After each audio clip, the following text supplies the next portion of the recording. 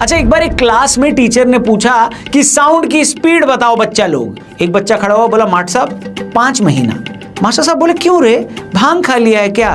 5 महीना कैसे? बच्चे ने जवाब दिया, सिंपल सा गणित है मास्टर साहब, पाकिस्तान को ही देख लो, हमने उनको मारा था 7 मई को और कराहने की आवाज अब जाके आई है 5 महीने बाद। दोस्तों, लानत के ठेके पर जलालत के 2 पेग लगाने के बाद जहालत के नशे में चूर पाकिस्तानियों ने जिस सो कॉल्ड विक्ट्री का खेल पूरी दुनिया में चलाया था, आज फाइनली 5 महीने बाद उनके मुंह से वो दर्द छलक ही आया। पहलगाम आतंकी हमले का बदला लेने के लिए भारतीय सेना ने जो ऑपरेशन सिंदूर किया था, उसका असर यह हुआ कि 11 एयरबेस के साथ उन आतंकियों का भी सफाया हो गया। वो आतंकी जो धरती पर बस बोझ ही बढ़ा रहे थे। इस पर किसी ने पूछ लिया कि जब ब्रह्मोस उन एयरबेस पर गिरा तो सबसे पहले वहां की धरती फटी या फाइटर जेट्स? इस पर सामने से जवाब आया कि जनाब, फटी तो सबसे पहले कुछ और थी, लेकिन आप जो बोल रहे हैं वो भी गलत नहीं है। खैर, 5 महीने बाद फाइनली पाकिस्तान के सिटिंग मिनिस्टर के मुंह से उनको हुए नुकसान की पोल खुद ही खुल गई। अल जजीरा को दिए गए अपने एक इंटरव्यू में पाकिस्तान के विदेश मंत्री इशाक डार ने यह बताया कि जब 7 और 8 मई की रात को भारतीय वायुसेना ने उन्हें मैदा और सूजी का अभाव बताते हुए उनका इलाका धुआं धुआं कर दिया, तो वो खुद अपने ताऊ अमेरिका की तरफ दौड़कर भागे और बोला कि ताऊ बचाओ, अब्बू बेल्ट मारे जा रहे हैं, उनको रोको। Well, we don't mind, but India has categorically been stating it's bilateral, so we don't mind bilateral. When we met 25th of July, bilateral meeting, myself with Secretary Rubio in Washington, I asked him what happened to the dialogue. Says India says that it is a bilateral issue. We don't, so we are not begging for anything. इसके जवाब में America बहादुर के अभी के मुखिया Donald Trump ने अपने secretary of state Marco Rubio से कहा कि जाके इंडिया से बात करो, जिसके जवाब में इंडिया ने मार्को रूबियो को बोला, क्या बोला? पहली फुर्सत में निकल। भारत ने बहुत तमीज से बदतमीज पाकिस्तान और उसके ताऊ को यह बोल दिया कि एक बायलैटरल इशू है और इस पर किसी थर्ड पार्टी का ज्ञान हमको नहीं चाहिए। इशाक डार ने यह भी बोला कि जनाब, हम तो भारत से बात करना चाहते हैं पर वही बात नहीं कर रहे। India says that it is a bilateral issue, we don't, so we are not begging for anything. If any country wants dialogue, we are happy, we are welcome. We are a peace-loving country. We believe that dialogue is the way forward. But obviously, it takes two to tango. So unless India wishes to have dialogue, we can't force dialogue. We don't wish to force dialogue. और यहाँ हमारे देश के अंदर खुद कई लोगों का ये आरोप था सरकार पर कि किसी थर्ड पार्टी इंटरवेंशन की वजह से हमने ऑपरेशन सिंदूर रोक दिया, यानी सीज फायर करवा दिया। उम्मीद है कि इस वीडियो के बाद से उनको अपने सारे सवालों के जवाब मिल गए। लेकिन खुदा झूठ ना बुलवाए, असली ठंडक तो उस वीडियो को देखकर लगी जहां जैश ए मोहम्मद का एक कमांडर पाकिस्तानियों के लिए कयामत की उस रात का पूरा ब्यौरा बयां कर रहा है। दरअसल जैश ए मोहम्मद का कमांडर मसूद इलियास कश्मीरी स्टेज से यह बता रहा है कि कैसे बहावलपुर में गिरे ब्रह्मोस मिसाइल से मौलाना मसूद अजहर का पूरा परिवार टुकड़े टुकड़े हो गया।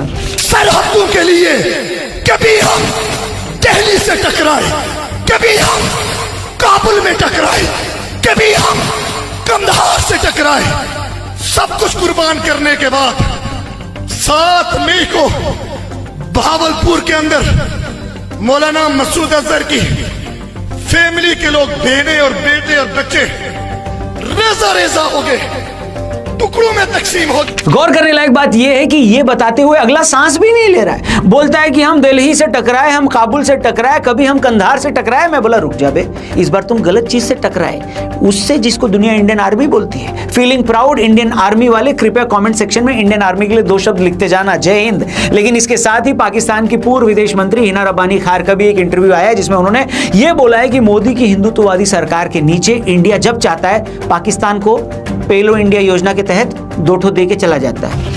And now with this India, with the Hindutva, Modi India, which feels it has a right to launch attack whenever it feels, wherever it feels, within its neighborhood.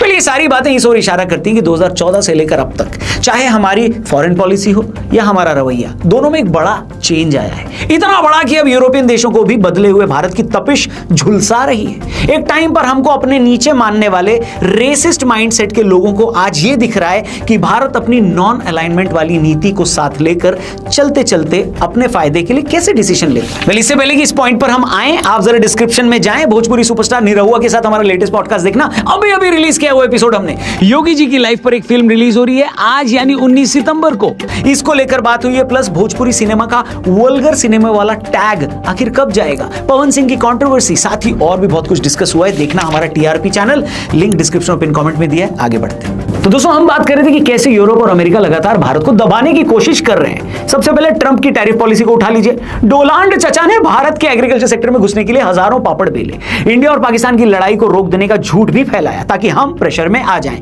हमारे यहाँ के नेता हमारी ही सेना की बात को झूठ मानते हुए संसद में प्रधानमंत्री से जवाब मांगने लगे, जो कि गलत नहीं है। लोकतंत्र में जवाब मांगना चाहिए, चलता है, लेकिन जवाब मिलने के बाद भी उनका यह कहना था कि मोदी ने नाम लेकर जवाब क्यों नहीं दिया। लेकिन अमेरिका का इससे काम नहीं बना, तो जो उनके मन में आया वैसा टैरिफ हमारे प्रोडक्ट्स पे लगा दिया।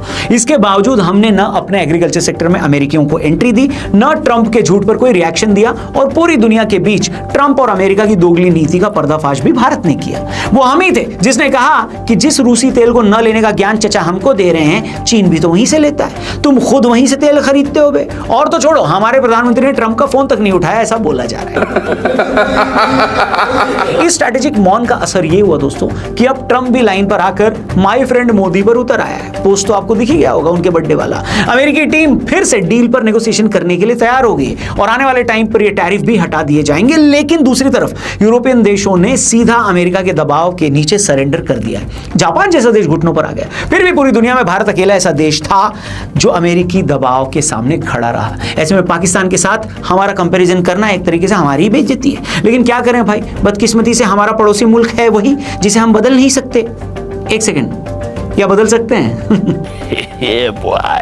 दूसरी तरफ इंडिया का खुद को $5 ट्रिलियन इकोनॉमी बनाने का सपना, जो चीन और अमेरिका दोनों के लिए एक चैलेंज है। अगर भारत अपना ये लक्ष्य पा लेता है तो फिर वो जल्दी ही $10 ट्रिलियन की इकोनॉमी बनने में भी देर नहीं लगाएगा। एक्सपर्ट्स का यही मानना है। भारत का मैन्युफैक्चरिंग सेक्टर तेजी से बढ़ रहा है, सीधा असर इसका डिफेंस सेक्टर को भी हो रहा है। सरकारी और निजी कंपनियों द्वारा हमारे स्वदेशी हथियार बनाने में तेजी देखने को मिली है। कई जगह ब्रह्मोस मिसाइल की नई फैक्ट्रियां बनाई जा रही हैं, ऐसा बोला जा रहा है। और ये दिख रहा है कि हम किस तेजी से आगे बढ़ रहे हैं। ऑपरेशन सिंदूर में अभी हमने पाकिस्तान के साथ जो किया वो हमें बिना किसी शक एशिया की सबसे बड़ी ताकत के रूप में उभारता है। साफ सी बात है दोस्तों कि अमेरिकन डीप स्टेट के लिए यह स्वीकार करना तो मुश्किल होगा। यही वजह है कि भारत के चारों तरफ, चाहे बांग्लादेश हो, नेपाल हो, मालदीव हो, श्रीलंका हो, हर जगह रिजीम चेंज देखने को मिला ताकि भारतीय सीमाओं यानी बॉर्डर एरियाज में सुरक्षा पर वहां के दबाव बनाया जा सके।